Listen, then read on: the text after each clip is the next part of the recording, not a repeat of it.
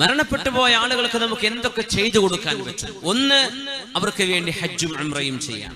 നമ്മുടെ സ്വന്തമായ ഫറളായ ഹജ്ജ് നമ്മൾ നിർവഹിച്ചു കഴിഞ്ഞാൽ, നമ്മുടെ ഫറളായ ഉംറ നിർവഹിച്ചു കഴിഞ്ഞാൽ, മരണപ്പെട്ടവർക്ക് വേണ്ടി നമുക്ക് ഹജ്ജ് ചെയ്യാം, അവരുടെ പേരിൽ ഉംറ ചെയ്യാം.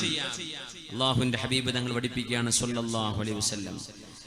ഖസ്അം ഗോത്രക്കാരിയായ ഒരു പെണ്ണ്, ജാഅത് ഇംറഅത്തുൻ മിൻ ഖസ്അം മിനൻ നബി സ്വല്ലല്ലാഹു അലൈഹി വസല്ലം, ഹജ്ജത്തുൽ വിദാ നടക്കുമ്പോൾ ഹബീബായ നബി തങ്ങളുടെ അവസാനത്തെ ഹജ്ജിന്റെ സമയത്ത് ഖസ്അമി ഗോത്രക്കാരിയായ ഒരു പെണ്ണ് അല്ലാഹുവിന്റെ റസൂലിനോട് വന്ന് ചോദിക്കുന്നു, യാ റസൂലല്ലാഹ്, അല്ലാഹുവിന്റെ റസൂലേ, ഇന്ന ഫരീളത്തല്ലാഹി അലാ ഇബാദിഹി ഫിൽ ഹജ്ജ് അദ്റകത് അബീ ശൈഖൻ കബീറാ.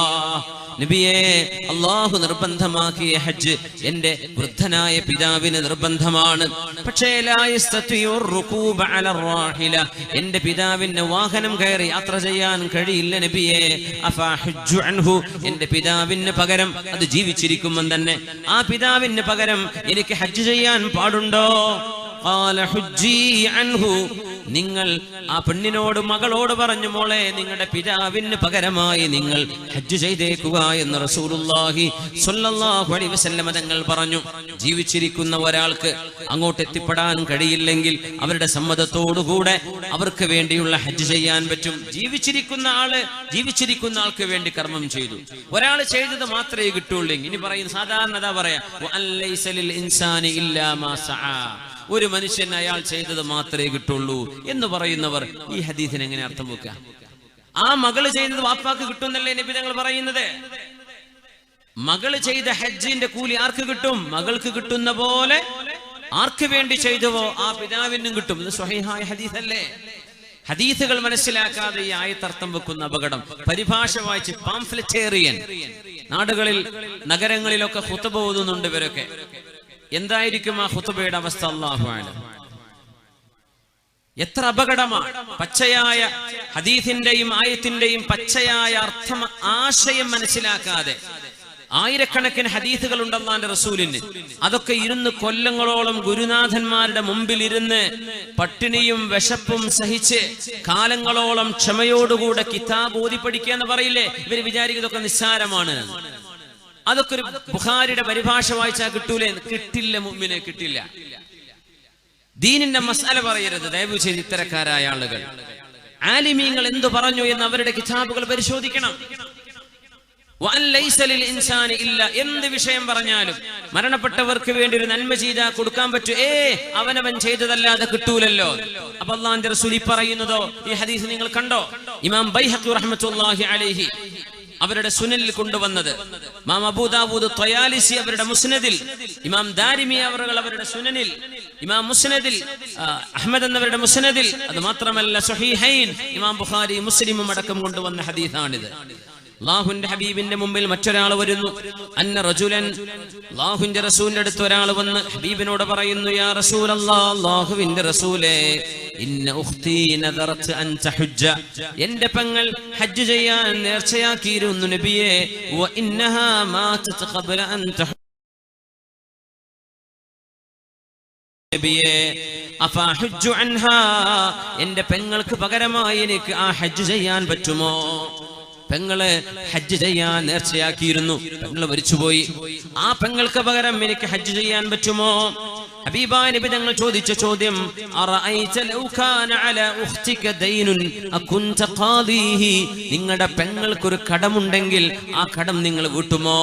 തങ്ങൾ ചോദിച്ചു, ആ പെങ്ങൾക്ക് കടമുണ്ടെങ്കിൽ നിങ്ങൾ അത് വീട്ടുമോ? ഖാല നഅം, തീർച്ചയായും നബിയെ, ഞാനത് വീട്ടും. ഹബീബായ തങ്ങൾ മറുപടി കൊടുത്തു സല്ലല്ലാഹു അലൈഹി വസല്ലം, ഫദൈനുല്ലാഹി അഹഖു ബിൽ ഖളാ, അങ്ങനെയാണെങ്കിൽ അല്ലാഹുവിന്റെ കടമാണ് ഏറ്റവും ആദ്യം വീട്ടേണ്ടത്. ആ പെങ്ങൾക്ക് പകരം നിങ്ങൾ ഹജ്ജ് ചെയ്യണം, ആ പെങ്ങൾക്ക് അതിന്റെ കൂലി കിട്ടും, അവരുടെ കടം വീടുകയും ചെയ്യും. ഒരു മനുഷ്യൻ ചെയ്തതേ കിട്ടൂ എങ്കിൽ ഈ പറഞ്ഞ ഹദീസിന്റെ അർത്ഥം എന്താണ്? എന്താണ് ഈ പറഞ്ഞതിന്റെ അർത്ഥം? ഈ ഹദീസ് എവിടെയുണ്ട് എന്ന ചോദ്യം സ്വഹീഹുൽ ബുഖാരി, ഇമാം ബുഖാരി തങ്ങളുടെ സ്വഹീഹിലുണ്ടല്ലോ. അതിനപ്പുറം പറയണ്ടല്ലോ. ഇമാം അഹ്മദ് എന്നവരുടെ മുസ്നദിലുണ്ട്, തബറാനിയുടെ മുഅ്ജമുൽ കബീറിലുണ്ട്, ഇമാം ബൈഹഖിയുടെ സുനനുൽ കുബ്രയിലുണ്ട്, ഇമാം ദാരിമിയുടെ സുനനിലുണ്ട്, അബൂ ദാവൂദ് ത്വയാലിസിയുടെ മുസ്നദിലുണ്ട്. ഇമാമുൽ മുൻതഖ ഇബ്നുൽ ജാറൂദ് ഇമാം ഇബ്നുൽ ജാറൂദ് തങ്ങൾ ഇവരൊക്കെ ഉദ്ധരിച്ച ഹദീസ് സ്വഹീഹായ ഹദീസ്. ബുഖാരി ഇമാം ഉണ്ടെന്ന് പറഞ്ഞാൽ മതിയല്ലോ, ധാരാളം. അള്ളാഹുവിന്റെ കടം അതാണ് ഏറ്റവും വലുത്. സാമ്പത്തിക കടം നിങ്ങൾ വീട്ടിലെ മരിച്ചുപോയ മയ്യത്തിന് പകരം അതുപോലെ അള്ളാഹുവിന്റെ കടങ്ങളും നിങ്ങൾ വീട്ടേണ്ടവരാണ്. ഇങ്ങനെയൊക്കെയുള്ള ഹദീസിന്റെ വെളിച്ചത്തിലാണ് ഒരു മനുഷ്യൻ അയാൾ ചെയ്തതല്ലാതെ കിട്ടില്ല എന്ന് പറയുന്ന ഹദീസുകളൊക്കെ ഈ ഹദീസുകൾ കൂടി മനസ്സിലാക്കിയിട്ടേ വ്യാഖ്യാനിക്കാൻ പാടുള്ളൂ. ജുഹൈന കുടുംബത്തിൽപ്പെട്ട ഒരു പെണ്ണ് ഹബീബായ നബിയോട് വന്ന് ചോദിക്കുകയാണ്, റസൂലുള്ളാഹി തങ്ങളോട് സ്വല്ലല്ലാഹു അലൈഹി വസല്ലം, നബിയേ, എന്റെ പിതാവിന് ഹജ്ജ് നിർബന്ധമായിരുന്നു. ആ പിതാവിന് ഹജ്ജ് ചെയ്യാൻ കഴിയില്ല, ഞാൻ ഹജ്ജ് ചെയ്യട്ടെയോ? നേരത്തെ ഖസാം ഗോത്രക്കാരിയായ പെണ്ണ് ചോദിച്ച പോലെ ജുഹൈന ഗോത്രക്കാരിയായ ഒരു പെണ്ണ് ചോദിച്ചു. സ്വഹീഹായ ഹദീസാണല്ലോ ഇത്. ഹുജ്ജി അൻ നബീകി, നിങ്ങളുടെ പിതാവിന് പകരം നിങ്ങൾ ഹജ്ജ് ചെയ്തോളൂ എന്ന് റസൂലുള്ളാഹി സ്വല്ലല്ലാഹു അലൈഹി വസല്ലം. അല്ലാഹുവിന്റെ റസൂൽ സ്വല്ലല്ലാഹു അലൈഹി വസല്ലം പഠിപ്പിക്കുകയാണ്, മുഅ്മിനീങ്ങൾ പരസ്പരം ഉപകാരം ചെയ്യണം. അത് ജീവിച്ചിരിക്കുമ്പോൾ മാത്രമല്ല, മരിച്ചു കഴിഞ്ഞാലും ഉപകാരം ചെയ്യാൻ പറ്റും. അല്ലാഹു കേൾക്കുന്നവനല്ലേ. അല്ലാഹു തആല മുഅ്മിനീങ്ങൾക്ക് ചെയ്യുന്ന ഉപകാരങ്ങളെ അല്ലാഹു എങ്ങനെയാണ് തട്ടിക്കളയുന്നത്, എങ്ങനെയാണ് അല്ലാഹു സ്വീകരിക്കാതിരിക്കുക? ഒരു മനുഷ്യന്റെ കടം, ആ മനുഷ്യന്റെ കടം മറ്റൊരാള് വീട്ടിയാൽ കടം വീടുമല്ലോ. ഇത് ആർക്കും അറിയുന്ന ഒരു ഹദീസാണ്. ഹബീബായ നബി തങ്ങളുടെ കാലത്ത് ഒരു മനുഷ്യൻ മരിക്കുകയും ആ മനുഷ്യനെ ജനാസ നിസ്കരിക്കാൻ വേണ്ടി തയ്യാറെടുപ്പുകൾ ചെയ്ത് കുളിപ്പിച്ച് കഫൻ ചെയ്ത് ഹാനൂത്ത് പുരട്ടി കൊണ്ടുവന്ന് കിടത്തിയപ്പോ അല്ലാഹുവിന്റെ ഹബീബ് സ്വല്ലല്ലാഹു അലൈഹി വസല്ലം നിസ്കരിക്കാൻ വേണ്ടി വന്നു. മുത്തനബി തങ്ങൾ അടുത്തേക്ക് എത്തിയിട്ട് സ്വഹാബികളോട് ചോദിച്ചു, ഇയാൾക്ക് എന്തെങ്കിലും കടമുണ്ടോ? അവർ പറഞ്ഞു, ഉണ്ട് നബിയെ, 2 ദീനാർ 2 സ്വർണ്ണ നാണയം ആരോടോ ഒരാളോട് കടം വാങ്ങിയിട്ടുണ്ട്, ആ കടം തിരിച്ചു കൊടുത്തിട്ടില്ല. അല്ലാഹുവിന്റെ ഹബീബ് പറഞ്ഞു സ്വല്ലല്ലാഹു അലൈഹി വസല്ലം, എന്തെങ്കിലും കടം വീടാനുള്ള സമ്പത്ത് ബാക്കി വെച്ചിട്ടുണ്ടോ? ഇല്ല നബിയെ, 5 പൈസ ഇല്ലാത്ത ആളാണ്. അല്ലാഹുവിന്റെ ഹബീബായ തങ്ങൾ നിസ്കരിക്കാതെ മാറി നിന്നു. സ്വല്ലു അലാ സാഹിബിക്കും, നിങ്ങൾ നിസ്കരിച്ചോളൂ, ഞാൻ നിസ്കരിക്കില്ല എന്ന് പറഞ്ഞു. അപ്പോഴാണ് അബൂ ഖതാദ റളിയല്ലാഹു അൻഹു മഹാനവറുകൾ മുത്തനബിയോട് പറഞ്ഞു, യാ റസൂലല്ലാഹ്, നബിയേ, ഹുമാ അലയ്യ ഫസല്ലി അലൈഹി, ആ 2 ദീനാർ ഞാൻ വീട്ടാം നബിയേ, അങ്ങ് ആ മനുഷ്യന് വേണ്ടി നിസ്കരിക്കാതിരിക്കരുതേ, അങ്ങ് നിസ്കരിക്കൂ നബിയേ, ആ 2 ദീനാർ ഞാൻ വീട്ടിക്കൊള്ളാം. ആ ഏറ്റെടുക്കൽ നടന്നപ്പോ മുത്തനബി തങ്ങൾ ആ മയ്യത്തിന് വേണ്ടി നിസ്കരിച്ചു സ്വല്ലല്ലാഹു അലൈഹി വസല്ലം. ജാബിർ റളിയല്ലാഹു അൻഹു ഹബീബിൽ നിന്ന് ഉദ്ധരിക്കുന്ന ഹദീസാണിത്. ഹദീസ് ഇമാം ബൈഹഖിയുടെ സുനനിൽ കുബ്രയിലുണ്ട്, ഇമാം ഹാക്കിം എന്നിവരുടെ മുസ്തദറക്കിലുണ്ട്, അബൂ ദാവൂദ്, നസായി പോലെയുള്ള സുനന്റെ ഇമാമിങ്ങളുടെ സുനൻ കിതാബുകളിലുണ്ട്. വളരെ പ്രസിദ്ധമായ ഹദീസാണിത്. മറ്റൊരാള് വീട്ടിയാൽ ആ മനുഷ്യന്റെ കടം വീടുന്നു. മുത്തനബി തങ്ങൾ കണ്ടപ്പോ ചോദിച്ചു, അബൂ ഖതാദ, ആ 2 ദീനാറിന്റെ വിഷയം എന്തായി, നിങ്ങൾ വീട്ടിയോ എന്ന് ചോദിച്ചു. മഹാനായ അബൂ ഖതാദ റളിയല്ലാഹു തആല അൻഹു പറഞ്ഞു, നബിയേ, ഇല്ല, വീട്ടിയിട്ടില്ല, ഞാനത് വീട്ടാൻ പോവുകയാണ്. 2ാമത്തെ ദിവസം ചോദിച്ചു അബൂ ഖതാദ തങ്ങളോട്. മഹാനവറുകൾ പറഞ്ഞു, ഇല്ല നബിയേ, മരിച്ചിട്ടില്ലേ ഉള്ളൂ, 2 ദിവസമല്ലേ ആയുള്ളൂ. 3ാമതും ഹബീബായ നബി തങ്ങൾ ചോദിച്ചപ്പോൾ അബൂ ഖതാദ റളിയല്ലാഹു തആല അൻഹു മഹാനവറുകൾ ഹബീബായ നബിയെ കാണുമ്പോൾ ഇത് ചോദിക്കുമെന്ന് ഉറപ്പാണ്. മുത്തനബി തങ്ങൾ വീണ്ടും കണ്ടപ്പോൾ ചോദിച്ചു, അബൂ ഖതാദ, ആ കടം വീടിയോ? ഖുൽതു നഅം, ഞാൻ പറഞ്ഞു നബിയെ, ഞാൻ കടം വീട്ടിയിട്ടുണ്ട്. അൽ ആന ബറദത് ജിൽദുഹു, ഇപ്പോഴാണ് ആ മയ്യത്തിന്റെ തൊലിക്ക് തണുപ്പ് കിട്ടിയത്. അബൂ ഖതാദ, നിങ്ങൾ കടം വീടുന്നവരെ അദ്ദേഹം ഹിസാബിന്റെ ചൂടിലായിരുന്നു, ഇപ്പോഴാണെന്ന് തണുത്തത്. കടം വീടിയപ്പോ കടം ബാക്കി വെച്ച് മരിക്കുന്ന മയ്യത്തുകള് മക്കൾ ഓർക്കണം, വാപ്പാക്ക് കടമുണ്ട് എന്ന് പറഞ്ഞ ആരെങ്കിലും എന്ന് പറയുമ്പോ വാപ്പയുടെ കടം വാപ്പയാവട്ടെ, ഞങ്ങൾ മക്കളെന്തറിഞ്ഞു, വാപ്പ ഞങ്ങളോട് പറഞ്ഞില്ലല്ലോ, ഇതൊന്നും പറയാൻ പാടില്ല. നിങ്ങളുടെ വാപ്പയാണെങ്കിൽ ആ വാപ്പയുടെ കടം വീട്ടൽ മക്കൾക്ക് നിർബന്ധമാണ്. വാപ്പയുടെ കടം വീടി എന്തെങ്കിലും മിച്ചമുണ്ടെങ്കിൽ മാത്രമേ അനന്തരം എടുക്കാൻ തന്നെ പാടുള്ളൂ. സമ്പത്ത് മുഴുവൻ വീട്ടിയാലും അനന്തരം വീടിൽ ആ വാപ്പയുടെ കടം വീടില്ലെങ്കിൽ 5 പൈസ പോലും അനന്തരം എടുക്കാതെ വാപ്പയുടെ കടം വീട്ടാൻ ബാധ്യസ്ഥരാണ്. അനന്തരം എടുക്കാൻ അവകാശമുള്ള മുഴുവൻ ആളുകളും അവർ സമ്പത്തെടുക്കരുത്, കടമാണ് വീട്ടേണ്ടത്. ചിലര് പറയും ഞങ്ങൾക്കറിയില്ല. മയ്യത്ത് നിസ്കരിക്കുമ്പോൾ വിളിച്ചു പറയും മയ്യത്തിന് വേണ്ടി ആർക്കെങ്കിലും കടണ്ടോ, മൂത്ത ജ്യേഷ്ഠനെ പോയി കാണണം, മൂത്ത മോനെ പോയി കാണണം, ഇന്ന അനുജനെ പോയി കാണണം, എളാപ്പയെ കാണണം. നിസ്കാരം കഴിഞ്ഞെന്നാൽ അത് നമുക്കറിയില്ല. അങ്ങനെയാണോ പറയേണ്ടത്? ഒരു മയ്യത്തിന്റെ ഉത്തരവാദപ്പെട്ട ആളുകള് ആ മയ്യത്തിന്റെ കടം വീട്ടിയില്ലെങ്കിൽ ആ മയ്യത്ത് അദാബിലാണ്. മുത്തുനബി തങ്ങൾ അബൂ ഖതാദ തങ്ങളോട് രണ്ടാമത്തെ ദിവസം ചോദിച്ചു വീണ്ടും, അബൂ ഖതാദ കടം വീട്ടിയോ? വീട്ടി നബിയെ. അൽആന ബറദത് ജിൽദുഹു, ഇപ്പോഴാണ് അദ്ദേഹത്തിന്റെ തൊലിക്കൊരു തണുപ്പ് കിട്ടിയത് കടം വീടിയപ്പോ. കാന ഫീ ഹറാറത്തിൽ ഹിസാബ്, അർത്ഥം അതാണ്, ഹിസാബിന്റെ വിചാരണയുടെ ചൂടിലായിരുന്നു. ഈ ഹദീസ് നൽകുന്ന ആശയം എന്താണ്? ഇതിന്റെ ആശയം? നമ്മൾ ചെയ്തത് മാത്രമേ കിട്ടൂ എങ്കിൽ ആ മനുഷ്യന് പകരം അബൂ ഖതാദ റളിയല്ലാഹു അൻഹു അയാളുടെ കുടുംബക്കാരനല്ല, പെങ്ങളെ കെട്ടിയ അളിയനല്ല, എളാപ്പയുടെ മൂത്താപ്പയുടെ ഒരു ബന്ധവും കുടുംബ ബന്ധമായിട്ടില്ല, വിവാഹ ബന്ധവുമായിട്ടില്ല. മരിച്ച മയ്യത്ത് ആ മയ്യത്തുമായി ഒരു കുടുംബ ബന്ധവുമില്ലാത്ത ഈമാനിന്റെ ബന്ധമുണ്ടായതിന്റെ പേരിൽ, ഈമാനികമായ ബന്ധം ഒരു മുഅ്മിനായ മനുഷ്യന് കിട്ടേണ്ട ഏറ്റവും വലിയ ബന്ധമാണല്ലോ, അതിന്റെ പേരിൽ ചെയ്ത കടം വീട്ടിയത് ആ മനുഷ്യന് ഉപകാരപ്പെട്ടു എങ്കിൽ അല്ലാഹുമായുള്ള കടബാധ്യതകളും മുഅ്മിനീങ്ങൾ അവർക്ക് പകരം ചെയ്താൽ അത് വീടും എന്ന് ഹബീബുനാ റസൂലുള്ളാഹി സ്വല്ലല്ലാഹു അലൈഹി വസല്ലം തങ്ങളുടെ ഈ ഹദീസുകളിൽ നിന്ന് മനസ്സിലാക്കാൻ കഴിയും. സ്വല്ലല്ലാഹു അലൈഹി വസല്ലം മുത്തുനബി തങ്ങൾക്ക് അങ്ങനെ ഒരു ശീലമുണ്ടായിരുന്നു. കടം ബാക്കി വെച്ച് മരിച്ചുപോയവർക്ക് മുത്തുനബി തങ്ങൾ നിസ്കരിക്കാറില്ല. ഏത് കാലം വരെ? അല്ലാഹുവിന്റെ റസൂലിന് അല്ലാഹു സമ്പത്ത് കൊടുക്കുന്നവരെ. യുദ്ധങ്ങൾ ഉണ്ടാവുകയും യുദ്ധമുതലുകൾ ഉണ്ടാവുകയും ചെയ്ത് ഇസ്ലാമിന്റെ ഖജനാവിലേക്ക് സമ്പത്ത് വന്നപ്പോ നബി തങ്ങൾ അത് നിർത്തി. അല്ലാഹുവിന്റെ റസൂൽ ആര് മരിച്ചാലും പിന്നെ നിസ്കരിക്കും. അവരുടെ കടം ഹബീബ് വീട്ടുകയാണ് ഉണ്ടായിരുന്നത്. അത് റസൂലുള്ളാഹിന്റെ ഒരു കരുണയാണ്. ഹബീബായ റസൂലുള്ളാഹി സ്വല്ലല്ലാഹു അലൈഹി വസല്ലം സാധാരണ ചോദിക്കും, ഹൽ അലൈഹി ദൈനുൻ, കടമുണ്ടോ? കടം വീടിയില്ലെങ്കിൽ നബി നിസ്കരിക്കൂല. അങ്ങനെ അല്ലാഹുവിന്റെ ഹബീബിന് അല്ലാഹു സമ്പത്തിന്റെ വഴികൾ അല്ലാഹു തുറന്നു കൊടുത്തപ്പോ ഹബീബായ തങ്ങൾ പറഞ്ഞു, അന ഔലാ ബികുല്ലി മുഅ്മിൻ, എല്ലാ മുഅ്മിനിനോടും ഞാൻ ഏറ്റവും ബന്ധപ്പെട്ടവനാണ്.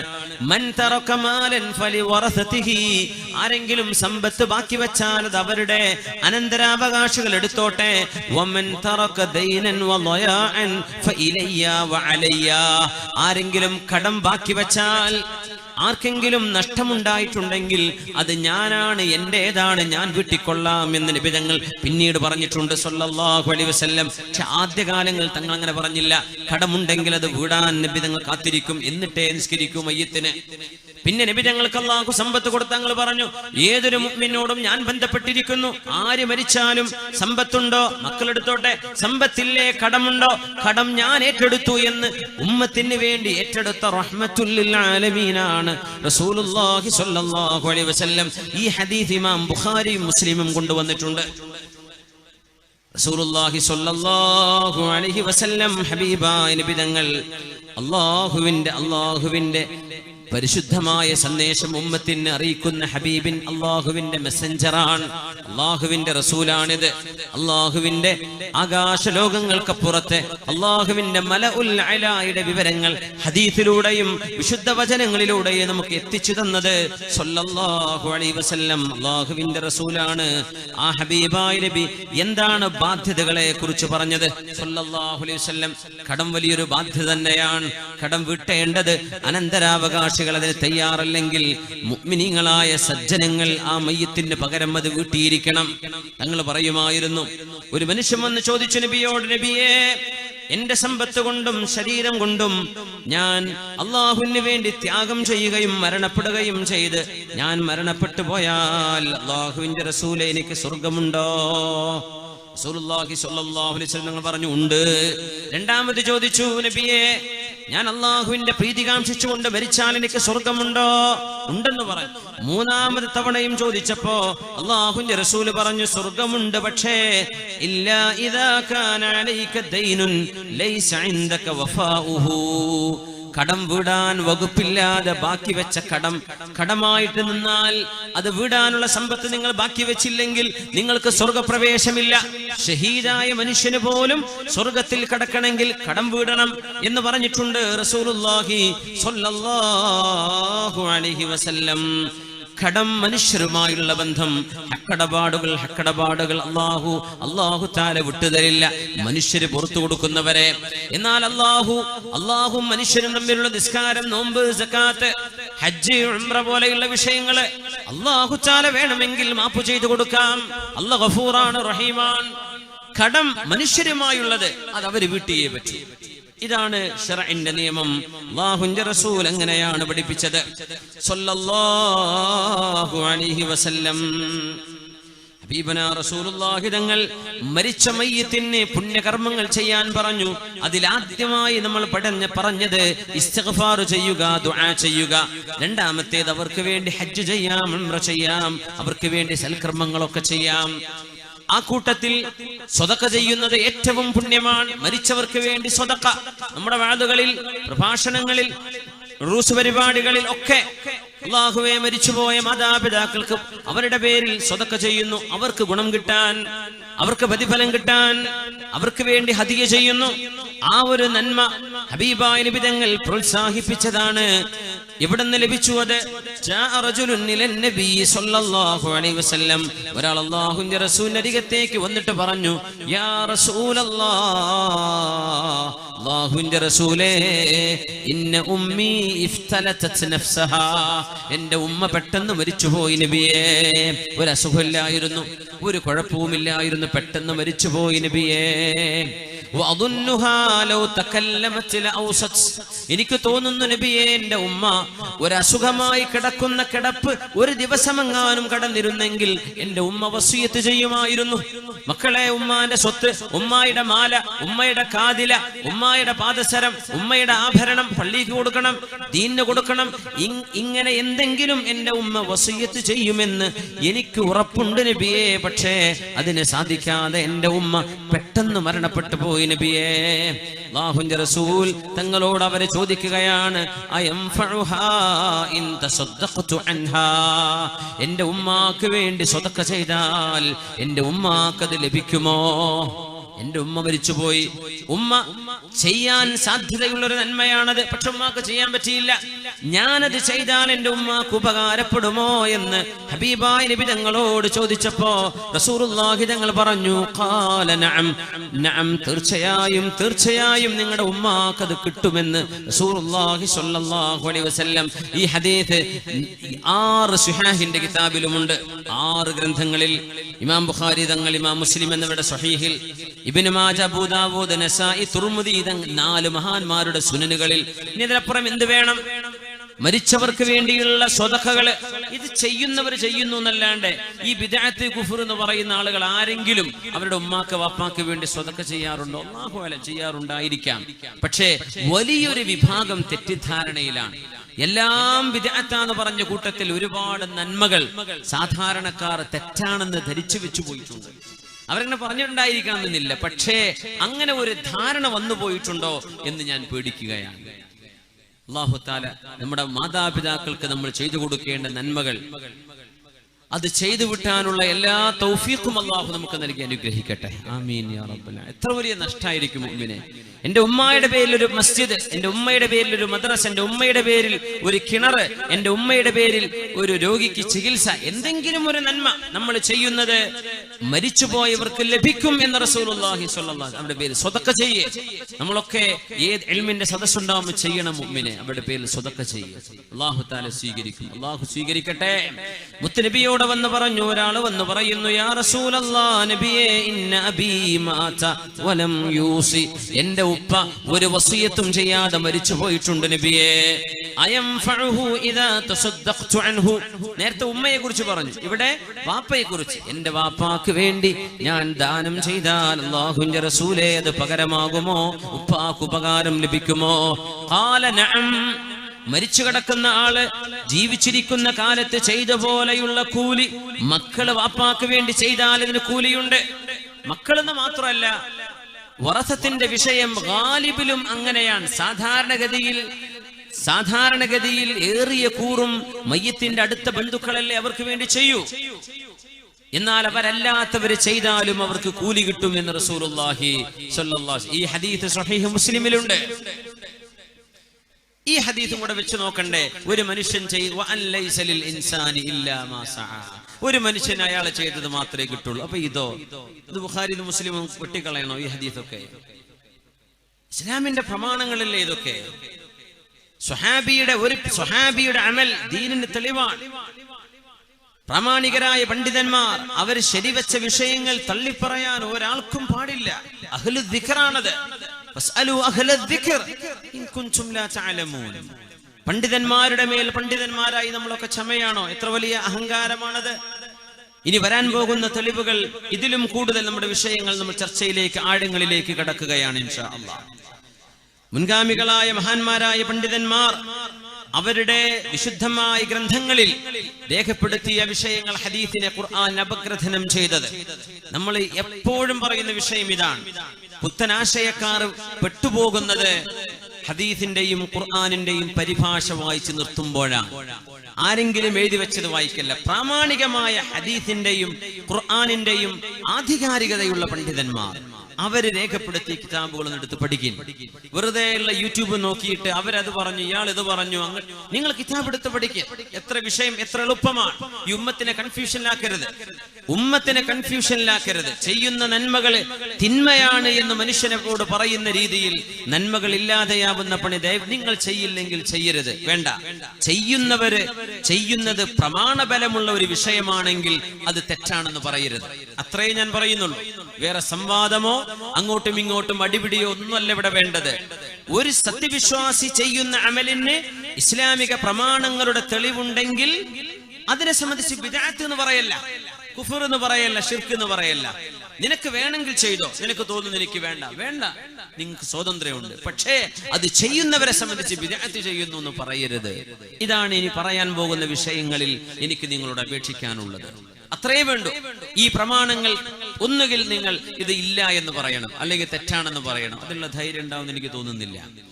മയ്യത്തിന് വേണ്ടി നോമ്പ് നോൽക്കണം റസൂലുള്ളാഹി ഞങ്ങൾ പറയാം. മയ്യത്തിന് നോമ്പ് നിർബന്ധമായ നോമ്പ് കടമായിട്ട് ബാക്കിയായി പോയിട്ടുണ്ടോ? മയ്യത്തിന്റെ അനന്തരാവകാശികൾ, ഉമ്മ നോമ്പൊൽക്കാതെ മരിച്ചിട്ടുണ്ട്, ഉമ്മയുടെ ഒരുപാട് നോമ്പ് ഖളാ ഉണ്ട്, മക്കള് നോമ്പ് നോൽക്കണം. വാപ്പാക്ക് നോമ്പ് ഖളാ ഉണ്ട്, മക്കൾ നോമ്പ് നോൽക്കണം വാപ്പാക്ക് പകരമായിട്ട്. സജ്ജനങ്ങൾക്ക് നോൽക്കാം അവർക്ക് പകരമായിട്ട്. നോമ്പ് വീടും. അപ്പൊ ഒരു മനുഷ്യൻ ചെയ്യുന്നത് മാത്രമേ കിട്ടുള്ളൂ, വേറെ ആര് ചെയ്താലും കിട്ടും. ഈ പറഞ്ഞ ആയത്തിനൊക്കെ ഈ ഹദീസിന്റെ സാരങ്ങൾ കൂടെ മനസ്സിലാക്കിയിട്ട് വ്യാഖ്യാനിക്കാൻ പറ്റുള്ളൂ. എന്തുകൊണ്ട്? വിശുദ്ധ ഖുർആനിന്റെ ആശയങ്ങൾ പരിഭാഷ വായിച്ച് മാത്രം ഇരിക്കാനുള്ളതല്ല. ലിതുബയ്യന ലിന്നാസ് മാ നുസ്സില ഇലൈഹിം. നബിയേ, വിശുദ്ധ വചനങ്ങളുടെ വ്യാഖ്യാനം നിങ്ങൾ പറഞ്ഞു കൊടുക്കണം റസൂലേ. അതിന്റെ അർത്ഥം എന്താ? ഹദീസും കൂടെ പഠിക്കണം. ഖുർആൻ പഠിക്കണമെങ്കിൽ ഹദീസ് പഠിക്കണം. ഇത് എവിടുന്ന് കിട്ടി? ഖുർആൻ വ്യാഖ്യാനിക്കേണ്ടത് ആരാ? നബി തങ്ങൾ സല്ലല്ലാഹു അലൈഹി വസല്ലം. തങ്ങൾ പറയുന്നതാണ് ഹദീസ്.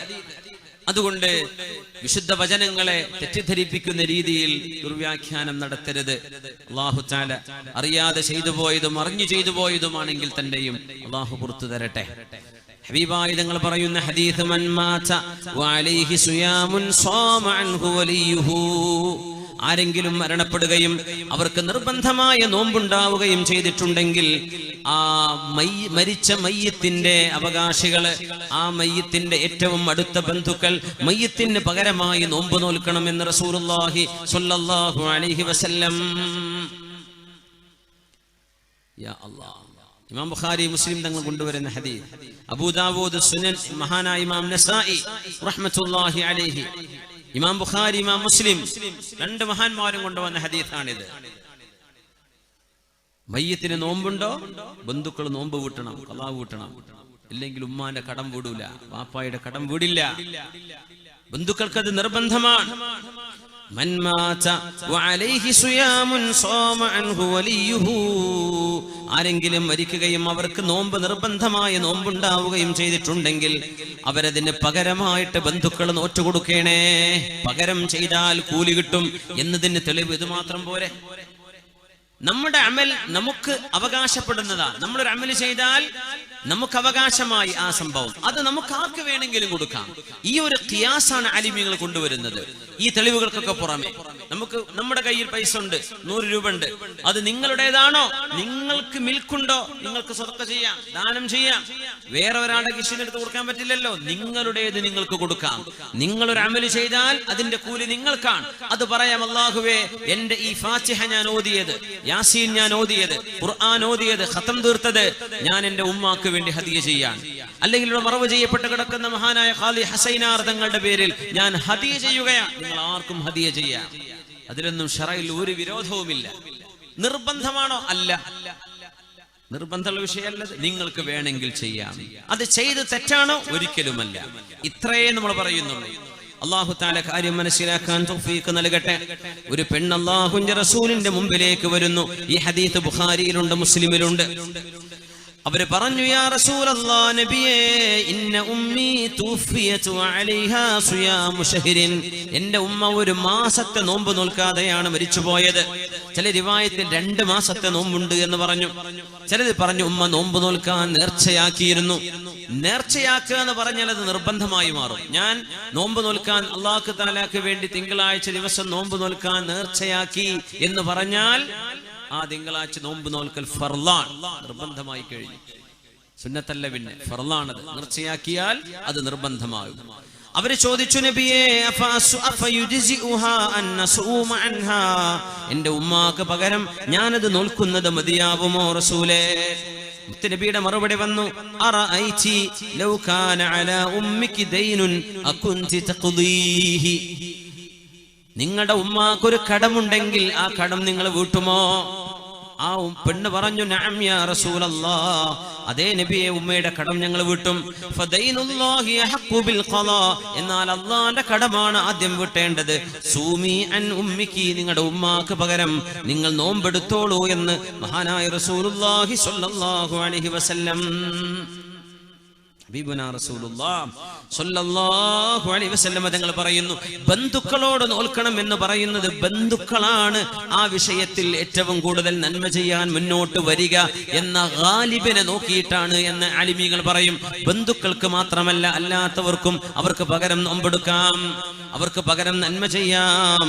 അല്ലാഹു സുബ്ഹാനഹു വ തആല നമ്മുടെ നന്മകളെ ഖബൂൽ ചെയ്യട്ടെ. അല്ലാഹു നമ്മുടെ നന്മകളെ സ്വീകരിക്കട്ടെ. അബൂ ഖതാദ റളിയല്ലാഹു തആല അൻഹു ഹബീബായ നബി തങ്ങളുടെ മുമ്പിൽ വെച്ച് 2 ദീനാർ ഏറ്റെടുത്തത് അതിന് തെളിവാണ്. 2 ദീനാർ നബിയെ ഞാൻ വീട്ടിക്കൊള്ളാമെന്ന് പറഞ്ഞപ്പോഴാണ് ഹബീബായ നബി തങ്ങൾ നിസ്കരിക്കാൻ നിന്നത്. അബൂ ഖതാദ തങ്ങളും മരിച്ച മയ്യിത്തും തമ്മിൽ യാതൊരു ബന്ധവുമില്ലല്ലോ. പക്ഷേ ഈമാനിന്റെ ബന്ധം മതി, ഈമാനിന്റെ ബന്ധം മതി. മരിച്ചവർക്ക് വേണ്ടി ഖുർആൻ ഓതാൻ പറ്റുമോ? ഇതാണ് വലിയ തർക്കമുള്ള വിഷയം. മറ്റേതൊക്കെ ഏറെക്കുറെ എല്ലാവരും അംഗീകരിക്കുന്ന വിഷയങ്ങളാവാം. പക്ഷേ മരിച്ചവർക്ക് വേണ്ടി ഖുർആൻ ഓതാം, ഖബറിനടുന്ന് ഓതാൻ പറ്റുമോ? അപ്പൊ പറയും ബിദ്അത്താണ്. സുബ്ഹാനല്ലാഹ്. മരിച്ച മയ്യത്തിന്റെ അടുത്ത് യാസീൻ ഓതാൻ പറ്റുമോ? പറയും ബിദ്അത്താണ്. പത്രം വായിച്ചാലും കുഴപ്പമില്ല, യാസീൻ ഓതാൻ പാടില്ല. ഇങ്ങനെയൊക്കെ പറഞ്ഞ ആളുകൾ എനിക്ക് വളരെ വേദന തോന്നുകയാണ്. അള്ളാഹുവിന്റെ ദീനിനെ കൊണ്ട് കളിക്കരുത്. നിങ്ങൾ വേറെ ഏതെങ്കിലും പണി ചെയ്തോളൂ. ദീനിന്റെ വിഷയങ്ങൾ പ്രാമാണികരായ പണ്ഡിതന്മാർ പറഞ്ഞു വെച്ച വിഷയങ്ങളിൽ കയറി സംസാരിക്കുമ്പോൾ ചിരി അദബ് വേണം. അത്രമാത്രമേ പറയുന്നുള്ളൂ. ഖബറിന്റെ അരികത്ത് ഖുർആൻ ഓതിയാൽ തെറ്റാണത്, പാടില്ല എന്ന് എങ്ങനെ പറയാൻ കഴിയും? വിശുദ്ധ ഖുർആൻ ഓതാൻ പാടില്ല എന്ന് ശറഅ് പറഞ്ഞ സ്ഥലങ്ങളിൽ പാടില്ല. ജനാബത്തുള്ള ഒരാൾ ഓതാൻ പാടില്ല, അശുദ്ധിയുള്ള ഒരാൾ ഓതാൻ പാടില്ല, ബാത്റൂമിൽ വെച്ച് ഓതാൻ പാടില്ല, ഔറത്ത് കാണിച്ച് ഔറത്ത് മറക്കാതെ ഓതിക്കൂടാ, അല്ലെങ്കിൽ റുകൂഇലും സുജൂദിലും ഖുർആൻ ഓതാൻ പാടില്ല. തങ്ങൾ പറഞ്ഞിട്ടുണ്ട്, അലാ വ ഇന്നി നുഹീതു അൻ നഖറഅൽ ഖുർആന റാകിഅൻ വസാജിദ. റുകൂഇലും സുജൂദിലും ദിക്റ സുബ്ഹാനല്ലാഹി സുബ്ഹാനല്ലാഹിൽ അദീം, സുബ്ഹാന റബ്ബിയൽ അദീം, സുബ്ഹാന റബ്ബിയൽ അഅല. ഇതുപോലെ ദിക്റുകളെ റുകൂഇലും സുജൂദിലും പറ്റും. അവിടെ ഫാത്തിഹ ഓതുക, സൂറത്ത് ഓതുക പാടില്ല. അല്ലാഹു എന്നോട് നിരോധിച്ചിരിക്കുന്നു എന്ന് തങ്ങൾ പറഞ്ഞു. റുകൂഇലും സുജൂദിലും ഖുർആൻ ഓതാൻ പാടില്ല. റുകൂഇലും സുജൂദിലും ഖുർആൻ ഓതാൻ പാടില്ല. ബാത്റൂമിൽ പാടില്ല. ജനാബത്തുള്ള ആള് ഓതാൻ പാടില്ല. ഇങ്ങനെ പാടില്ല എന്ന് പറഞ്ഞ വിഷയങ്ങളിൽ ഖബറിന്റെ അടുത്ത് പാടില്ല എന്ന് പറഞ്ഞോ? ഇല്ലല്ലോ. അസ്ലു ഷൈഇൽ ഹില്ലു. മിനിമം ഏതൊരു വിഷയത്തിന്റെയും അടിസ്ഥാനം ഹലാലാണെന്നാണ്. മയ്യത്തിനടന്ന് ഓതുമ്പോഴേക്കും അങ്ങോട്ട് പോയി ശിർക്കായി പോയി, അല്ലെങ്കിൽ ബിദ്അത്തായി പോയി എന്ന് ദയവ് ചെയ്ത് പറയരുത്. എന്താണ് ഇതിന് തെളിവ്? ഇത് മുഹാജിറുകൾ ചെയ്ത പണിയാണ്, ഇത് അൻസ്വാരികൾ ചെയ്തതാണ്, താബിഈങ്ങൾ പ്രമുഖരായ പ്രാമാണികരായ പണ്ഡിതന്മാർ അംഗീകരിച്ചതാണ്. അംഗീകരിച്ചു കഴിഞ്ഞൊരു വിഷയത്തിൽ നമ്മൾ അതിൽ അഭിപ്രായം പറയുന്നത് വലിയ അദബുകേടാണ്. അള്ളാഹുവിനോട് അദബ് കാണിക്കാത്തതിന്റെ പേരിലാ ഇബ്ലീസിനെ പുറത്താക്കിയത്. ആദം നബിയോട് അദബ് കാണിക്കാത്തതിന്റെ പേരിൽ അദബുകേട് ചെയ്യരുത്. വിശുദ്ധ ഖുർആൻ ബറക്കത്തുള്ളതല്ലേ? നമ്മൾ ആദ്യം അത് ചർച്ച ചെയ്യാം. ഖുർആന് ബറക്കത്തുണ്ടോ ഇല്ലേ? ഖുർആൻ അല്ലാഹു തആല ഖുർആൻ ഇറക്കിയതിന് ലക്ഷ്യങ്ങളുണ്ട്. ഇതൊരു സംവാദമോ അല്ലെങ്കിൽ എന്നൊരു വിവാദമോ അതൊന്നുമല്ല. കാര്യങ്ങൾ മുഅ്മിനീങ്ങൾക്ക് മനസ്സിലാക്കി തരാൻ വേണ്ടി പറയാം. ഇതൊരു ഉറൂസ് പരിപാടിയാണ്. മഹാനായ ഖാദി ഹസൈനാർ തങ്ങൾ അനുസ്മരിക്കുന്ന അല്ലാഹുവിന്റെ ഒരു വലിയനെ ആദരിക്കുന്ന ഒരു സദസ്സാണിത്. അതിന്റെ പേരിൽ ഒരു ബിദ്അത്തും അല്ലാഹു അംഗീകരിക്കാത്ത, ദീൻ പൊറുക്കാത്ത, മഹാന്മാരായ പണ്ഡിതന്മാർ അംഗീകരിക്കാത്ത ഒരു തിന്മയും ആരും ചെയ്യാൻ പാടുള്ളതുമല്ല. അതൊക്കെ അംഗീകരിച്ചുകൊണ്ട് തന്നെ ഖുർആൻ പാരായണം. നമ്മൾ മയ്യത്തിനടന്ന് ദുആ ഇരക്കൂലേ? ഖബറങ്ങ് ചെന്ന് യാസീൻ ഓതില്ലേ? ഖുർആൻ ഖത്തപ്പുര കിട്ടുന്നില്ലേ നമ്മള്? അതൊക്കെ നന്മയാണ് എന്ന് മനസ്സിലാക്കുക, ഒന്നുകൂടി ഊട്ടി ഉറപ്പിക്കുക മാത്രമാണ് നമ്മുടെ ഇന്നത്തെ ചർച്ചയുടെ ലക്ഷ്യം. വിശുദ്ധ ഖുർആൻ ബറക്കത്ത് ഉള്ളതാണ്. അല്ലാഹു ബറക്കത്തിന് വേണ്ടി ഇറക്കിയതാണ്. ശരിയാണ്. ലിതുൻദിറ മൻ കാന ഹയ്യൻ, ജീവിച്ചിരിക്കുന്നവർക്ക് താക്കീദിനുള്ളതാണ് ഖുർആൻ. ഖുർആൻ മരിച്ചോടത്ത് ഓതാനുള്ളതല്ല എന്ന് കളിയാക്കി പറയുന്നവരുണ്ട്. ജീവിച്ചിരിക്കുന്നവർക്ക് താക്കീത്. ഖുർആനിന്റെ ലക്ഷ്യങ്ങളിൽ ഒരു ലക്ഷ്യം അതാണ്. ജീവിച്ചിരിക്കുന്നവർക്കും മരിക്കുന്നവരും ബറക്കത്ത്. ഖുർആന്റെ ലക്ഷ്യങ്ങളിൽ ഒരു ലക്ഷ്യം അതാണ്. ഖുർആനിന് വ്യത്യസ്തങ്ങളായ ലക്ഷ്യങ്ങളുണ്ട്, ഒന്ന് മാത്രമല്ല. അല്ലാഹു തആല തന്നെ പറയട്ടെ, വഹാദാ കിതാബുൻ അൻസൽനാഹു മുബാറകുൻ ഫത്തബിഊഹു വത്തഖൂ ലഅല്ലകും തുർഹമൂൻ. ഇത് ബറക്കത്തുള്ള ഗ്രന്ഥമാണ്, മുബാറകാണ്. ഫത്തബിഊഹു, ഈ ഖുർആനെ നിങ്ങൾ അംഗീകരിച്ച് ജീവിക്കണേ. വത്തഖൂ, നിങ്ങൾ അല്ലാഹുവിനെ ഭയപ്പെടണമേ. ലഅല്ലകും തുർഹമൂൻ, അല്ലാഹുവിന്റെ കാരുണ്യം നിങ്ങൾക്ക് ലഭിക്കും. സൂറത്തുൽ അംബിയായിൽ അല്ലാഹു പറയുന്നു, വഹാദാ ദിക്റും മുബാറകുൻ അൻസൽനാഹു അഫഅൻതും ലഹു മുൻകിറൂൻ. ഇത് അല്ലാഹു തആല ആകാശ ലോകത്ത് നിറക്കിയ ബറക്കത്തുള്ള ഗ്രന്ഥമാണ്. നിങ്ങൾ ഇതിനെ നിഷേധിക്കുകയാണോ? ഖുർആൻ ബറക്കത്തുള്ളതാണ്. ഖുർആൻ ഓതിയിട്ട് രോഗികൾക്ക് മന്ത്രിച്ച് ഊതിക്കൊടുത്താൽ അതിന് ശിഫയുണ്ടല്ലോ. ഈ മന്ത്രിച്ചൂത എന്ന് പറഞ്ഞത് അപ്പോഴേക്കും പറയാം, പറഞ്ഞു വിദ്യാർത്ഥി അതാ ഖുറാഫാത്ത് പറയുന്നു. ദീനിനെ പറ്റി പറയേണ്ടത് പിന്നെ എന്താ? അള്ളാഹുവിന്റെ ദീനിന്റെ പ്രമാണങ്ങളെ മാറ്റിവെച്ച് നമുക്ക് സംസാരിക്കാൻ പറ്റുമോ? നമ്മുടെ ഉമ്മത്തിന്റെ ബ്രെയിൻ വാഷ് ചെയ്ത് കഴിഞ്ഞു. ബ്രെയിൻ വാഷ് ചെയ്ത് കഴിഞ്ഞു. എത്രയോ നന്മകൾ കെടുത്തിക്കളഞ്ഞു. എന്തെങ്കിലും ചെയ്യുന്നു പറയുന്നു, ഒക്കെ വേണ്ട വേണ്ട വേണ്ട വേണ്ട വേണ്ട, ഇന്നത് വേണം വേണം എന്ന് വല്ലതും പറയുന്നുണ്ടോ? അധികം തന്നെ പറയാം. പഠിക്കാതെ അങ്ങോട്ട് പറയാം. അതിന് കാരണങ്ങളുണ്ട്, ചില കാരണങ്ങളുണ്ട്. നമ്മുടെ ഗൾഫ് നാടുകളിൽ പ്രവാസ ലോകം കൊണ്ടുണ്ടായ നന്മകളൊക്കെ നമ്മൾ ഓർക്കുന്നതോടൊപ്പം വിശ്വാസികളുടെ വിശ്വാസങ്ങളിലേക്ക് ബിദ്അത്ത് കയറി കൂടിയിട്ടുണ്ട്. അതിനൊക്കെ നമ്മുടെ പ്രവാസ ജീവിതം വലിയൊരളവോളം അതിലൊരു പങ്ക് വഹിച്ചിട്ടുണ്ട് എന്ന് പറയാതിരിക്കാൻ വയ്യ. അവര് പറയുന്ന പ്രമാണങ്ങള് ശാഫിഈ മദ്ഹബിന്റെ പ്രമാണങ്ങളാണോ, അയിമത്തുകൾ അംഗീകരിച്ചതാണോ എന്ന് പോലും നോക്കാതെ ഹദീസും ആയത്തും ഇവർക്ക് ഹദീസും ഖുർആനും തെളിവാണ്, മറ്റവർക്ക് അത് തെളിവല്ല. അങ്ങനെയല്ല. ഖുർആനും ഹദീസും ഇജ്മാഉം ഖിയാസും റഈസ് സ്വഹാബയും ഇസ്തിഹ്സാനും മസാലിഹുൽ മുർസലയും റഈസ് സ്വഹാബയും ഇതൊക്കെ പ്രമാണങ്ങളാണ്. ദീനിന്റെ അസ്ലുകൾ എന്ന് മനസ്സിലാക്കിയാൽ ഈ വിഷയമൊക്കെ വളരെ പെട്ടെന്ന് ക്ലിയർ ആകുന്നതേ ഉള്ളൂ. അതുകൊണ്ട് ഞാൻ ഒന്നുകൂടെ ആഴത്തിൽ പറയാണ്, പ്രമാണബദ്ധമായ വിഷയങ്ങളെ ബിദ്അത്ത് എന്ന് പറയരുത്. നിങ്ങൾക്ക് വേണമെങ്കിൽ ചെയ്താൽ മതി, പക്ഷെ ചെയ്യുന്നവരെ പറ്റി അവർ തെറ്റാണ് ചെയ്യുന്നത് എന്ന് ദയവ് ചെയ്ത് പറയരുത്. അത്രയേ പറയുന്നു. വിശുദ്ധ ഖുർആൻ ഓതിയാൽ ബറക്കത്തുണ്ട് എന്നതിന്റെ ഒരു തെളിവ് ഇമാം ബുഖാരിയും മുസ്ലിമും രണ്ട് സ്വഹീഹിന്റെ ഗ്രന്ഥങ്ങൾ, അസഹുൽ കുതുബി ബഅദ കിതാബില്ലാഹ്, അല്ലാഹുവിന്റെ കിതാബ് കഴിഞ്ഞാൽ പിന്നെ ലോകത്തെ ഏറ്റവും പ്രാമാണികമായ ഗ്രന്ഥം സ്വഹീഹുൽ ബുഖാരിയാണ്. ഇമാം ബുഖാരി തങ്ങൾ കൊണ്ടുവന്ന ഹദീസ്, അബൂ സഈദ് അൽ ഖുദ്രി റളിയല്ലാഹു അൻഹു പറയാ, ഞങ്ങളൊരു യാത്രാ സംഘം ഞങ്ങളൊരു വഴിയിലൂടെ യാത്ര പോകുമ്പോ ഒരു നാട്ടിലെത്തിപ്പെട്ട് ഭക്ഷണമില്ലാതെ വെള്ളം കിട്ടാതെ ഞങ്ങൾ വിഷമിച്ചപ്പോ ഞങ്ങൾക്ക് ഇച്ചിരി വെള്ളം തരുമോ ഭക്ഷണം തരുമോ എന്ന് ആ നാട്ടുകാരോട് ചോദിച്ചപ്പോ അവരെ തന്നില്ല.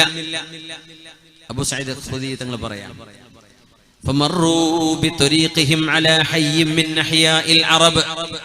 അങ്ങനെയാണ് അക്കൂട്ടത്തിലെ ഗോത്ര തലവനെ ഒരു പാമ്പ് കടിച്ചു. പാമ്പ് കടിച്ചതിൽ പിന്നെ എല്ലാ മരുന്നും പയറ്റി നോക്കിയിട്ട് അവർക്ക് ശിഫ കിട്ടാതെ വന്നപ്പോൾ ആ നാട്ടുകാര് സ്വഹാബികളോട് വന്ന് ചോദിച്ചു, ഹൽ ഫീകും റാഖ്, നിങ്ങളിൽ മന്ത്രി ചൂതി കൊടുക്കുന്നവരുണ്ടോ? മന്ത്രി ചൂതി കൊടുക്കുന്നവരുണ്ടോ? അബൂ സഈദ് അൽ ഖുദ്രി റളിയല്ലാഹു അൻഹു പറഞ്ഞു, ഉണ്ട്.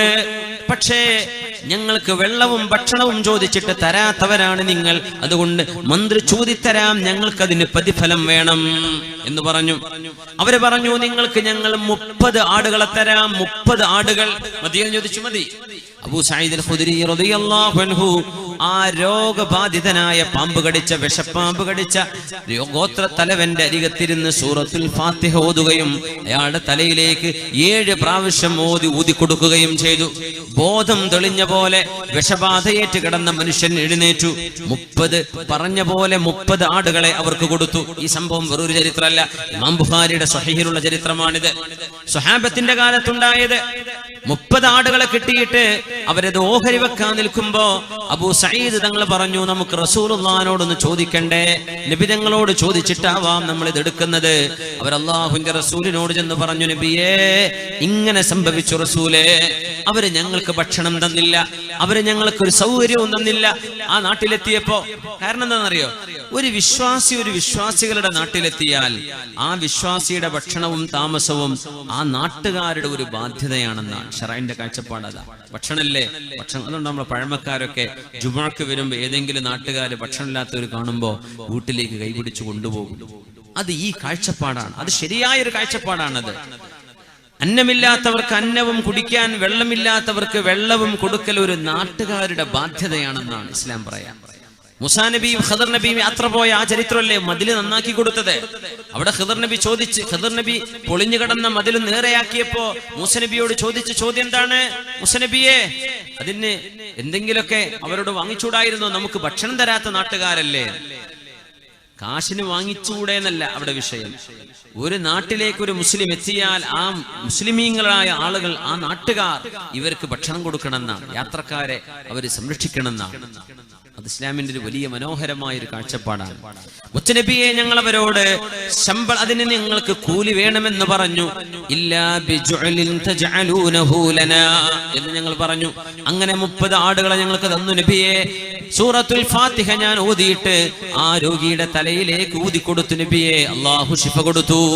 ഇത് പറഞ്ഞപ്പോൾ നബി ഞങ്ങൾ കൊടുത്ത മറുപടി എന്താണെന്നറിയോ? വമാ അദ്റാക അന്നഹാ റുഖിയ, ഇത് തന്നെയാണ് മന്ത്രി ചൂതി കൊടുക്കുന്ന ചികിത്സ. നിങ്ങൾ ചെയ്തത് ശരിയാണ്. യഖ്തസിമു, 30 ആടുകളും നിങ്ങൾ ഓഹരി വെച്ചെടുത്തോളൂ. വജഅലൂ ലീ മഅകും സഹ്മാ, അതിൽ ഓരോഹരി എനിക്കും തന്നോളൂ എന്ന് നബി ഞങ്ങൾ പറഞ്ഞു.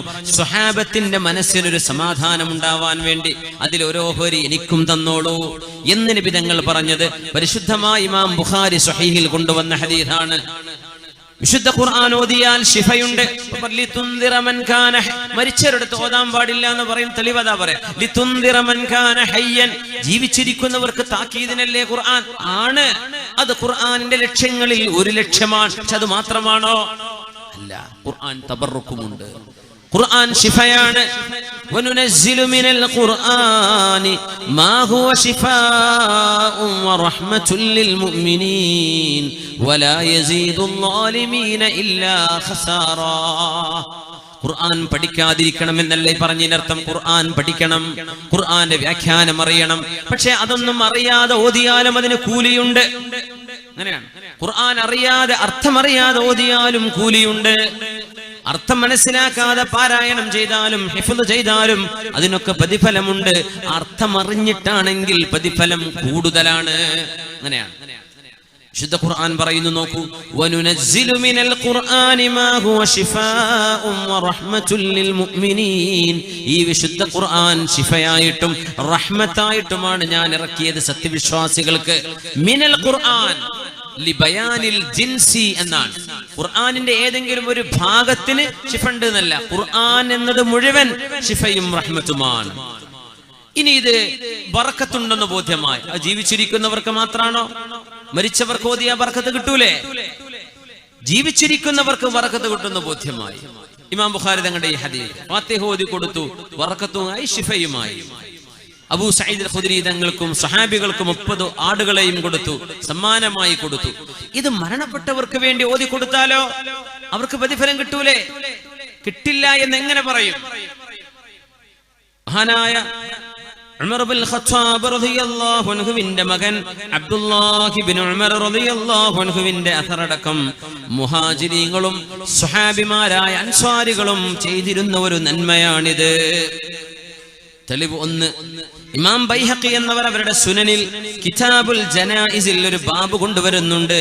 മഹാനായ ഇമാം ബൈഹഖി ആ പേജിന് ഹെഡിങ് കൊടുത്തത് ബാബ് ഖിറാഅത്തിൽ ഖുർആനി ഇൻദൽ ഖുബൂർ.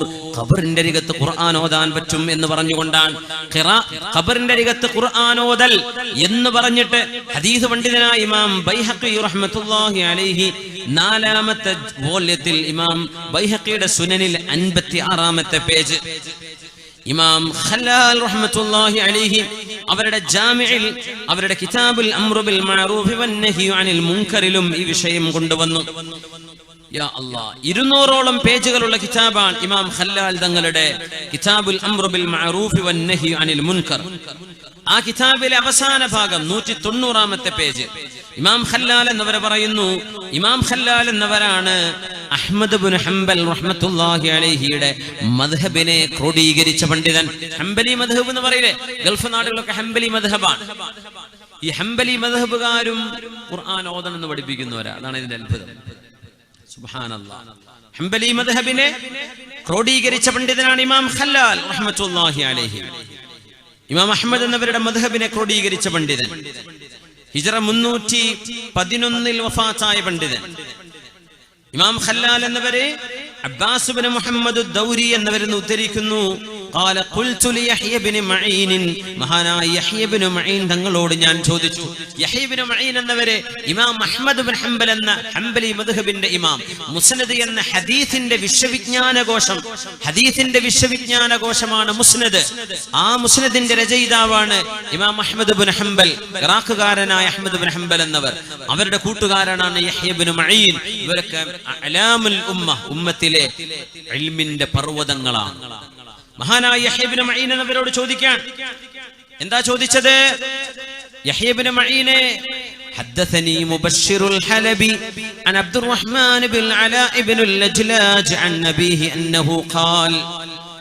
മഹാനായ മുബശ്ശിറുൽ ഹലബി എന്ന സിഖത്തായ പണ്ഡിതൻ, സത്യസന്ധനായ പണ്ഡിതൻ അബ്ദുറഹ്മാൻ ഇബ്നുൽ അലാ ഇബ്നുൽ ലജ്ലാജ് എന്നിവരെന്ന് ഉദ്ധരിക്കുന്നു. മഹാനായ അബ്ദുറഹ്മാൻ ഇബ്നുൽ അലാ ഇബ്നുൽ ലജ്ലാജ് അദ്ദേഹം മരിക്കുന്ന സമയത്ത് മക്കളോട് വസിയത്ത് ചെയ്തു, ഇദാ മിത്തു, മക്കളെ ഞാൻ മരിച്ചാൽ വവദഅതുമൂനി ഫിൽ ലഹദി, എന്നെ നിങ്ങൾ ഖബറിലേക്ക് വെക്കുമ്പോൾ ഫഖൂലു, നിങ്ങൾ പറയണം ബിസ്മില്ലാഹി വഅലാ മില്ലത്തി റസൂലില്ലാഹി സ്വല്ലല്ലാഹു അലൈഹി വസല്ലം. അങ്ങനെയല്ലേ മയ്യിത്ത് മറവിയുമ്പോൾ പറയാ ബിസ്മില്ലാഹി വഅലാ മില്ലത്തി റസൂലില്ലാഹ്.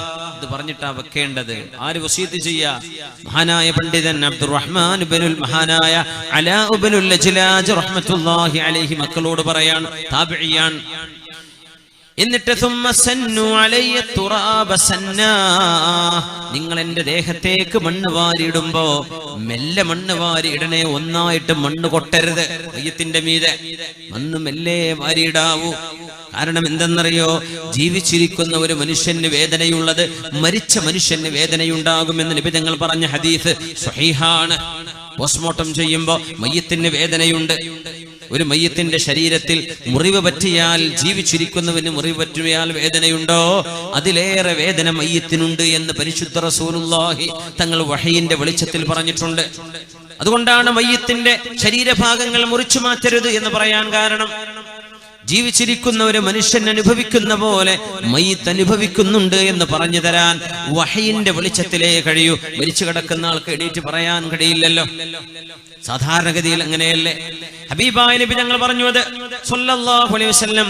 അതുകൊണ്ട് മഹാനായ അലാ ഇബ്നുൽ ലജ്ലാജ് എന്നവര് മക്കളോട് പറയുകയാണ്, മക്കളെ, എന്റെ ദേഹത്തേക്ക് നിങ്ങൾ മെല്ലെ മണ്ണ് വാരിയിടണം, മെല്ലെ മണ്ണ് വാരിയിടണം.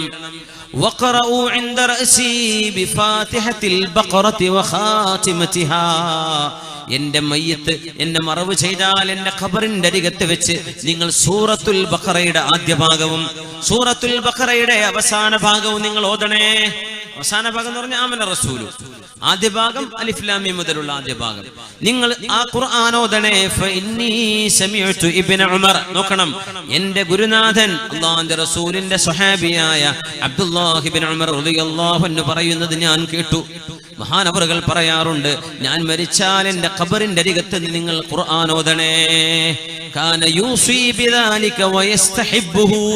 ഇബ്നു ഉമർ എന്നവർക്ക് അത് ഇഷ്ടമായിരുന്നു, അവരങ്ങനെ ചെയ്യണമെന്ന് വസിയത്ത് ചെയ്യാറുണ്ടായിരുന്നു. ഒരു സ്വഹാബിയാണ് ചെയ്യുന്നത്. ഇബ്നു ഉമർ എന്നവരെ ഞാൻ അൽഹംദുലില്ലാഹ് ജീവിതത്തിൽ ആദ്യമാണ് ഇബ്നു ഉമർ എന്നവരെ സിയാറത്ത് ചെയ്യുന്നത്. കഴിഞ്ഞ 5 ദിവസങ്ങൾക്ക് മുമ്പ് മക്കയുടെ ശുഹദാ എന്ന് പറയുന്ന പ്രദേശമുണ്ട്. അവിടെ അബ്ദുല്ലാഹ് ഇബ്നു ഉമർ എന്നവരുടെ മഖാം അവിടെ മക്കയിലാണ്. മഹാനോട് സിയാറത്ത് ചെയ്യാൻ പറ്റി അൽഹംദുലില്ലാഹ്. അബ്ദുല്ലാഹ് ഇബ്നു ഉമർ റളിയല്ലാഹു അൻഹു ഒരു കെട്ടിനകത്ത് അവിടെ ഖബർ അവിടെയാണ്.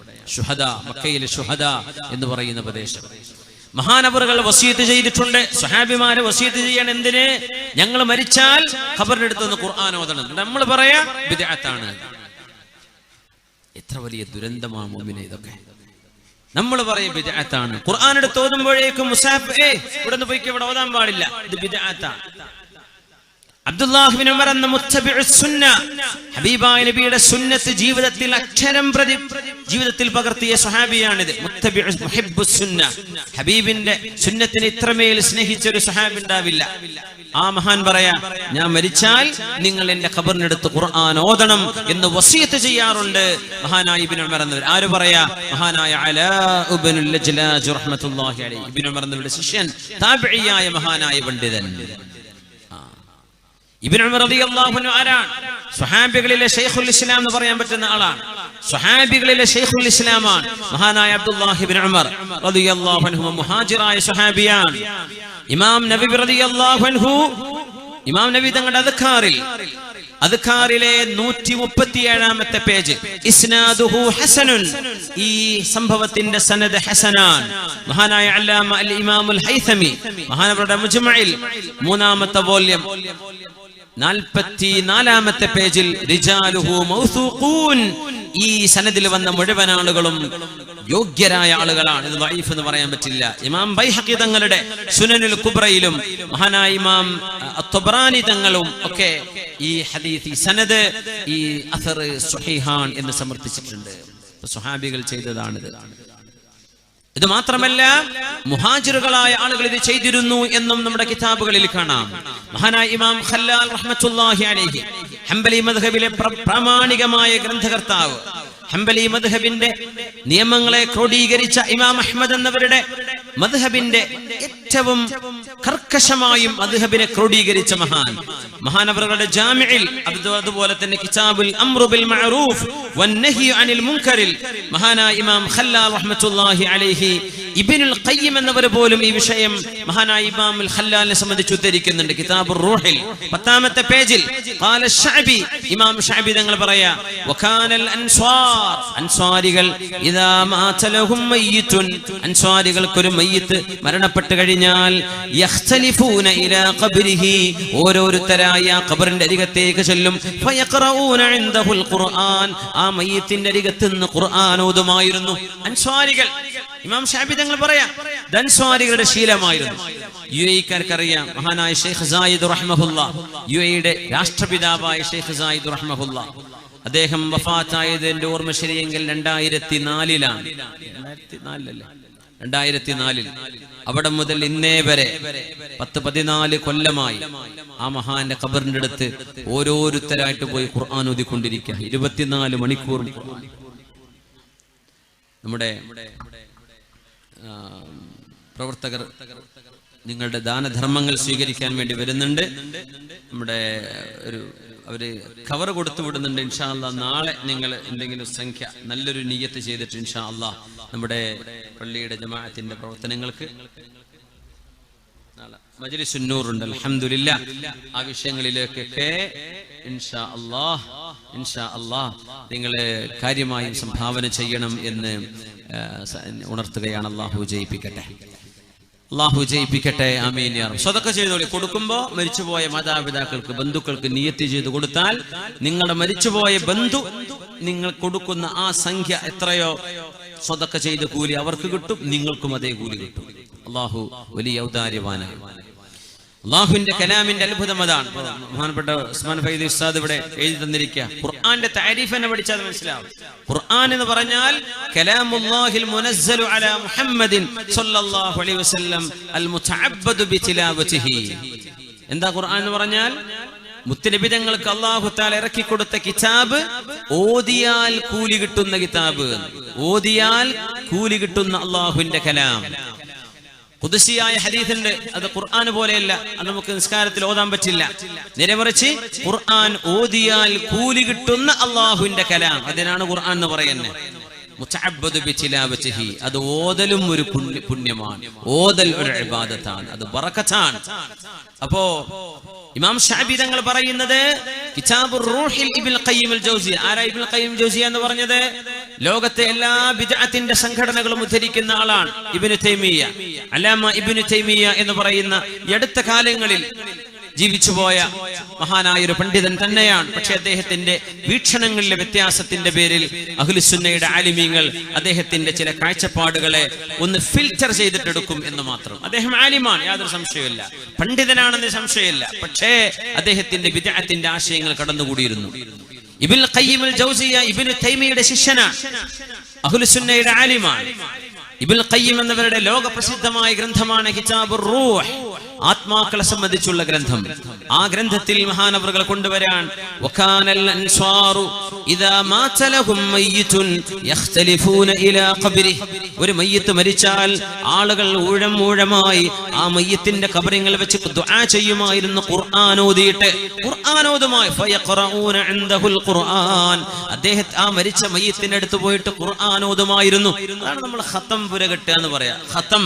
ഖത്തപ്പുര എന്ന് പറയില്ലേ? ഖുർആൻ ഖത്തം തീർക്കുക, ഖുർആൻ മുഴുവനായിട്ട് ഓതുക. ഒരു ഉസ്താദ് ഒന്ന് ഓതും, കഴിഞ്ഞ അടുത്ത ഉസ്താദ്, പിന്നെ വേറെ മുതഅല്ലിമീങ്ങളും മുഅല്ലിമീങ്ങളും ഉസ്താദുമാരൊക്കെ മാറി ഓതുക. അതിനാണ് യഖ്തലിഫൂന എന്ന് പറയാ. ഇത് ആര് ചെയ്തിരുന്ന പണിയാ? അൻസ്വാരികൾ ആരാ? ഹബീബിന്റെ കൂടെ നിന്ന സ്വഹാബിമാർ. നമ്മൾ പറയാ ബിദ്അത്താണ്, നമ്മൾ പറയാ ഖത്തപ്പുര ബിദ്അത്താണ്, അവിടുന്ന് ഖുർആൻ ഓതൽ ബിദ്അത്താണ്. അൻസ്വാരികൾ ഇതൊക്കെ ചെയ്തത് ബിദ്അത്താണോ? ആര് പറഞ്ഞു അൻസ്വാരികൾ ചെയ്തു എന്ന്? നിങ്ങൾ അംഗീകരിക്കുന്ന പണ്ഡിതൻ ഇബ്നു തൈമിയ്യയുടെ ശിഷ്യൻ അല്ലാമ ഇബ്നുൽ ഖയ്യിം അൽ ജൗസിയ കിതാബുർ റൂഹിൽ എടുത്തു നോക്കിയാൽ മനസ്സിലാവും. യാ അല്ലാഹ്, ഇബ്നു തൈമിയ്യ തന്നെ ഈ വിഷയം ഉദ്ധരിച്ചു. ഇബ്നു തൈമിയ്യയുടെ മജ്മൂഉൽ ഫതാവ, അത് ഞാൻ പറയുന്നത് ബിദ്അത്തുകാർ ഇമാം ഷാഫി തങ്ങൾ അംഗീകരിക്കാത്ത വളവന്മാര് ഇബ്നു തൈമിയ്യ പറഞ്ഞാൽ സ്വീകരിക്കും. ഇമാം ഷാഫിയുടെ മദ്ഹബ് ഇന്നതാ, എന്ത് ഷാഫി മദ്ഹബ്, ഞങ്ങൾക്കതും പറ്റൂല. ഇമാം അബു ഹനീഫ തങ്ങൾ പറഞ്ഞു, അബു ഹനീഫത്തുൻ നുഅ്മാൻ ഹനഫി ഇമാമോ? ഞങ്ങൾക്ക് ഖുർആനും സുന്നത്തേ അറിയുള്ളൂ. ഓക്കേ. മാലികി ഇമാം, എന്ത് മാലികി ഇമാം എന്ന് പറയുന്ന ആളുകൾ ആരംഗീകരിക്കും? മുഹമ്മദ് ഇബ്നു അബ്ദുൽ വഹാബ്, അദ്ദേഹത്തിന്റെ സംഘടനക്കാണ് വഹാബിസം എന്ന് പറയുന്നത്. ഇബ്നു തൈമിയ്യ കൊണ്ടുവന്ന ആശയമാണ് സലഫിസമായിട്ട് അംഗീകരിക്കുന്നത്. ഇവരൊക്കെ അവരംഗീകരിക്കുന്നവരാണ്. അല്ലെങ്കിൽ ഇബ്നു ബാസിന്റെ ഫത്വ അംഗീകരിക്കുന്നു പറയും, അല്ലെങ്കിൽ ഇബ്നു ഉസൈമീന്റെ ഫത്വ അംഗീകരിക്കുന്നു. അപ്പൊ അതൊരു തഖ്ലീദാണ്. അവർ ഈ കാലഘട്ടങ്ങൾ, അടുത്ത കാലങ്ങളിൽ കഴിഞ്ഞു പോയ ആളുകൾ അംഗീകരിക്കുന്നു.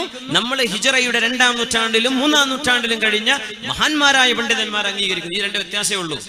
നമ്മൾ അവരംഗീകരിക്കും, അവർ പിൻഗാമികൾ അംഗീകരിക്കുന്നു. ഈ പിൻഗാമികളിൽ നിങ്ങൾ അംഗീകരിക്കുന്ന ഇബ്നു തൈമിയ്യ, അദ്ദേഹത്തിന്റെ മജ്മൂഉൽ ഫതാവയുടെ 24-ാമത്തെ വോള്യം 298-ാമത്തെ പേജ്. ഞാൻ പറയണെന്ന് വെച്ചാൽ വേഗം നോക്കിക്കോട്ടെ, നോക്കി മനസ്സിലായിക്കോട്ടെ. എന്താ പറയുന്നത്? അൽ ഖിറാഅത്തു ഇൻദ ദഫ്നി സാബിതത്തുൻ ഫിൽ ജുംലതി അനിസ് സ്വഹാബ. മരണപ്പെട്ട മയ്യിത്തിനെ മറവ് ചെയ്താൽ അവിടെ ഇരുന്ന് ഖുർആൻ ഓതണം എന്ന് പറയുന്നത് സാബിതത്തുൻ, ഇസ്ലാമിൽ സ്ഥിരപ്പെട്ട വിഷയമാണ്. ഫിൽ ജുംല, മൊത്തത്തിൽ അനിസ് സ്വഹാബ, സ്വഹാബികൾ ചെയ്തിട്ടുണ്ട് എന്ന് സ്ഥിരപ്പെട്ട വിഷയമാണ്. വഖദ് ഔസാ ബഅദുഹും അൻ യുഖറഅ ഇൻദഹു സൂറത്തുൽ ബഖറ.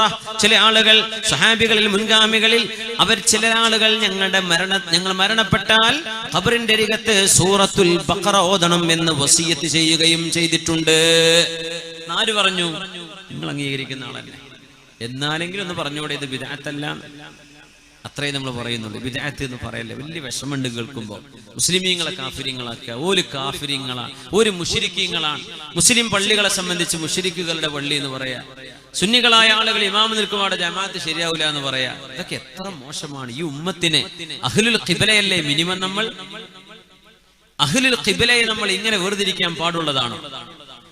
ദീനിനോടുള്ള ഹമിയത്തും ഇസ്ലാമിനോടുള്ള ആവേശമൊക്കെ ആയിരിക്കാം ഇതിന് കാരണം. പക്ഷേ പ്രമാണങ്ങൾ ഉള്ളതിനെ നിങ്ങൾ ബിദ്അത്ത് എന്ന് പറയരുത്. നിങ്ങൾ ചെയ്തോളി എന്നല്ലേ പറയണത്. ചെയ്യുന്നവരെ പറ്റി എന്ത് ചെയ്യരുത്? മുബ്തദിഅകൾ എന്ന് പറയരുത്. ഇബ്നു തൈമിയ്യ വരെ മരിച്ചു കിടക്കുന്ന മനുഷ്യന്റെ അടുത്ത് ഖുർആൻ ഓതൽ ഇസ്ലാമിൽ സ്വഹാബികൾ ചെയ്തു എന്ന് സ്ഥിരപ്പെട്ട വിഷയമാണ്.